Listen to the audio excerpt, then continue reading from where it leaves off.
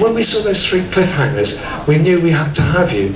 Well, I did my best to do something really exciting with what time and energy and whatever we had, but that came down to, I didn't create the cliffhangers, I shot them and made them as visual as I could. The crew made that, and the writing was all. And so we come back to the story. What was brilliant about the new series, and the chance to get onto it, and then to get 4 episodes, not 2, I got 2, that was extraordinary. What a bit of luck, based on Caves of Androzani, and that's all I can tell you. It was extraordinary. I'm so thrilled. I've ended up being a part of at least 3 series of Doctor Who in the current. You know, when it's all over, 20 years or whatever, or next week or whatever's going to happen, this will last a bit longer. I don't know. I just think these last 4 years, 5 years of the first 4 series of Doctor Who, I think will be memorable. I think they'll always be considered as so great reinvention of a fantastic series. And you came in obviously with Cybermen and brought Colin in. So let's, we're running out of time and I'd like to ask questions, but let's just have a quick look at a bit of Cybermen. Oh, right.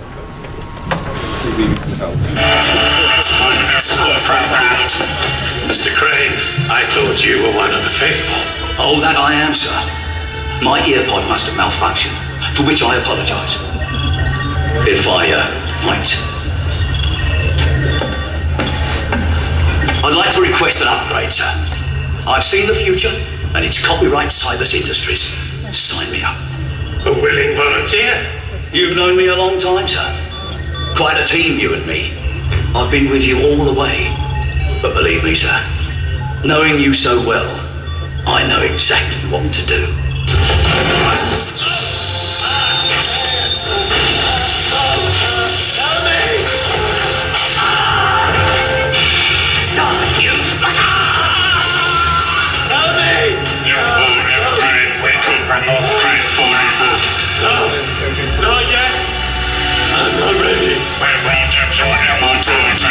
Told you, I will upgrade. Only with my last breath. Praise the Lord. No, I can't argue. No. Go outside them.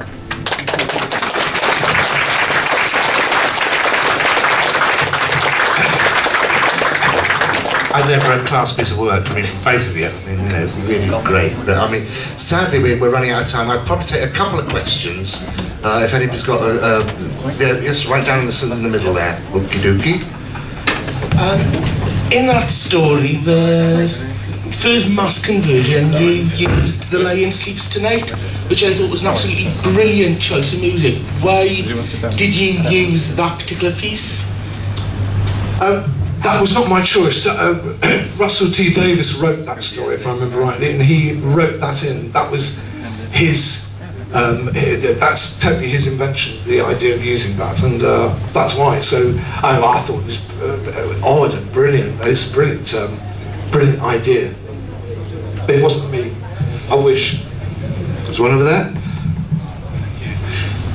I'm fascinated to know how you visualise things from a script. If I were to give you a scene, how would you visualise it? What would you do with that? What would you do with that written page? Depends on your scene.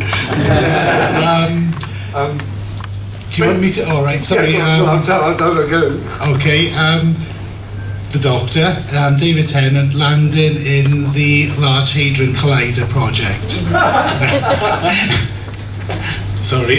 No, I'd love to be brilliant, but I can't think of something straight away. But I think about that very right. When I read a script, I know I've said this many times when I've been asked in an interview, but sounds like I do interviews every day. I don't. But what I do when I read a script, I get so distracted. You can see I digress, I diverse, I go all over the place and forget where I started. I have to, when I read a script, I actually have to, if it's a 1 hour script, 90 minute, 45 minute, I'll need probably an hour and a half to read that. I can't read, when you get page turner, to me a page turner is when I've got to get on with it, what's going to happen next. And even though it's a 45-minute script that's a page-turner, which all of these are, all the Doctor Who's. You want to know what's going to happen. All of them are so well written. I thought of these, the 56 episodes, I don't think there's one bum. I think they're all brilliant. I start to read it. It takes me a good hour and a half to read a 45-minute script the first time. I just read it. But the 45 minutes, because I have to go back, because they're very complicated, so I have to go back to just make sure I understood. The second reading, I start to get an idea, but the first time I read it, I can visualise things. Oh wow, oh yeah, well, I like to work. And you begin to see something you'd like to do in your mind's eye. The second time I read it, is to really start to make notes. The first time I read it, I want to read it and get the impression that you as an audience and me get when I watch something the first time. I want to get over the impression that I've got from the first reading, try and keep that in my brain. Second time is to start making notes, and the third time I read it, making notes of questions and answers I need about where I think it could be improved. Never the writing. It's not the writing, it's the stage directions, the staging of something might be more interesting in a different way. Never change dialogue, that's not my job. I can ask for something to be a bit more aggressive maybe, but I wouldn't ask for any words to be changed because that's the writer's job. The third time I look at it, so that's probably the next, so that's over 3 days. The third time I look at it, I start forming the ideas, the visualisation. When I read a script, it's like reading a book. When you read something really good, you do. The Lord of the Rings is a great example. When I went to see the 3 films of Lord of the Rings, I could not have imagined the immenseness of the brilliance of what Peter, I forgot his surname, Jackson did. I don't have his brain. But I got a fantastic impression from those 3 films that I kind of felt that was absolutely how they read. When I didn't read, I read Lord of the Rings, but I didn't get it. I got that impression, I got that, what he described and visualised, I felt really comfortable with it, and he went beyond that, he was brilliant. I couldn't say, oh no, I didn't see that. He really caught it, he really got an atmosphere from it that he latched onto. And I get the same, I just visualise something, and the good things you remember, you'll never forget the good things that you want to stick with. And the things that are a bit lacy woolly that you're not sure how to do, they change, definitely. So I get a very good impression of how I'm going to shoot something very early on.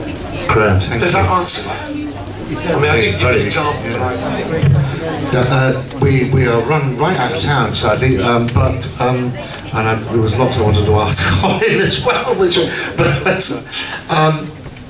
Graeme Harper, legitimately the longest running crew member on Doctor Who.